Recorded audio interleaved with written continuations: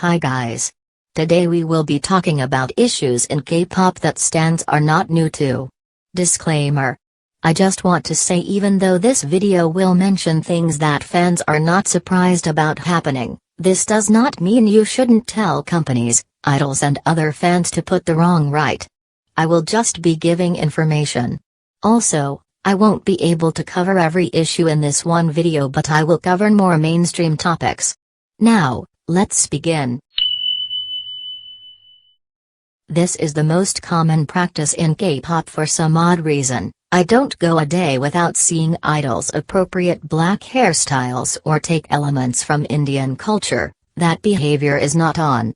Whether it is the idols or the company, they need to take responsibility and get themselves educated as soon as possible. I'm surprised how K-pop is so worldwide even though the people in the industry seem to have a problem with non-Korean existence, and that's the truth.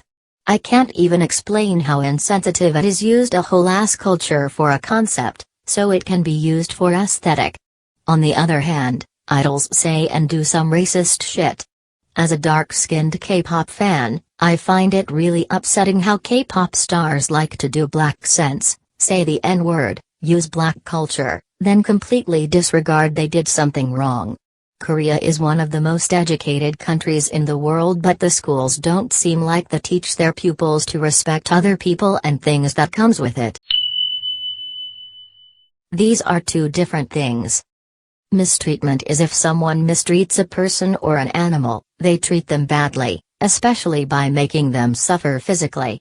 This counts towards groups like B.A.P. After school and Miss A.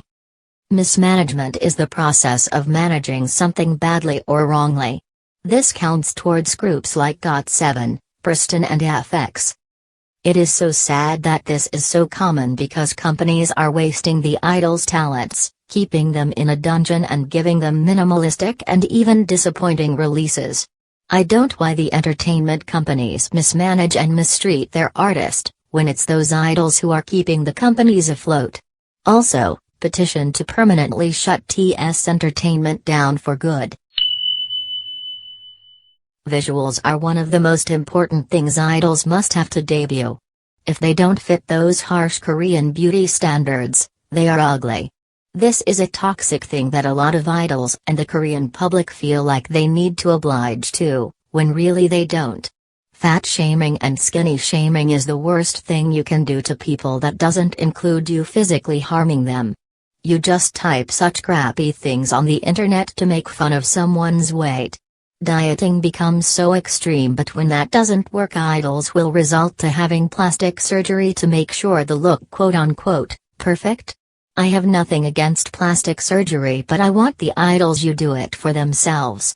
Not for fans, not for the company, but for themselves. Another thing I hate is whitewashing like honey. Your skin's already bright, but the more lighter foundation the makeup artists make you wear, or the more you are edited in photos to make you look as pale as possible, you got some of the idols looking like vampires. Like for example, when watching N.Hyun's debut showcase, during Let Me In, I noticed Jungwon's face was lighter than his neck. Honestly, it wasn't a good look and I kinda feel bad for him. Like, why can't staff match up natural skin color with foundation properly? For this section I'm going to use Hyuning Kai from TXT as an example, because he was one of the most sexually exploited minors in the 4th gen so far, which is so disgusting to say. So, TXT debut of March 4th of 2019, and being the manny who likes rubbing his members' tummies and loves to collect plushies, you'd think people would have found Hyuning cute, but no. People instead found him sexy, which is just what? This is very frightening because he had this childlike behaviors, but people still sexualized him, so I am certain there are some sick pedophiles out there watching Hyuning Kai. It terrifies me to say that, but I think it scares Kai more. Keep in mind he was only 15 in international age when he debuted, so this just really wants to make me throw up. But unfortunately it's not only minors, literally every single idol, old and new, is going through this. There is some really questionable content out there and I advise you to stay away from it because you can't let that turn into a habit. Plus, I'm sure idols want to be known for their talents and not sexiness. Something is seriously wrong with K-pop fan culture sometimes. Everywhere I go, I see a fan of one group shoving their belief down everyone's throat that their said group is the best. I also see fans typing in caps in comment sections telling everyone to stream and vote or else they are not a real fan, which is not true by the way. Some people don't have time to do all that to support their idols because they have a life too. I'm not saying streaming and voting isn't important because it is. It's a way to help groups become more recognized and succeed, but people don't need to do it 24/7. Each fandom should feel less like a club and more like a family. Shipping is one of the most problematic things to exist and it gets really annoying. I don't mind if Liz Cook is your ultimate ship, but when you mention it, may you just know I won't give one shit about it. That is, unless you're harassing the idols involved with comments or act. Sissings are the worst things to be allowed, period.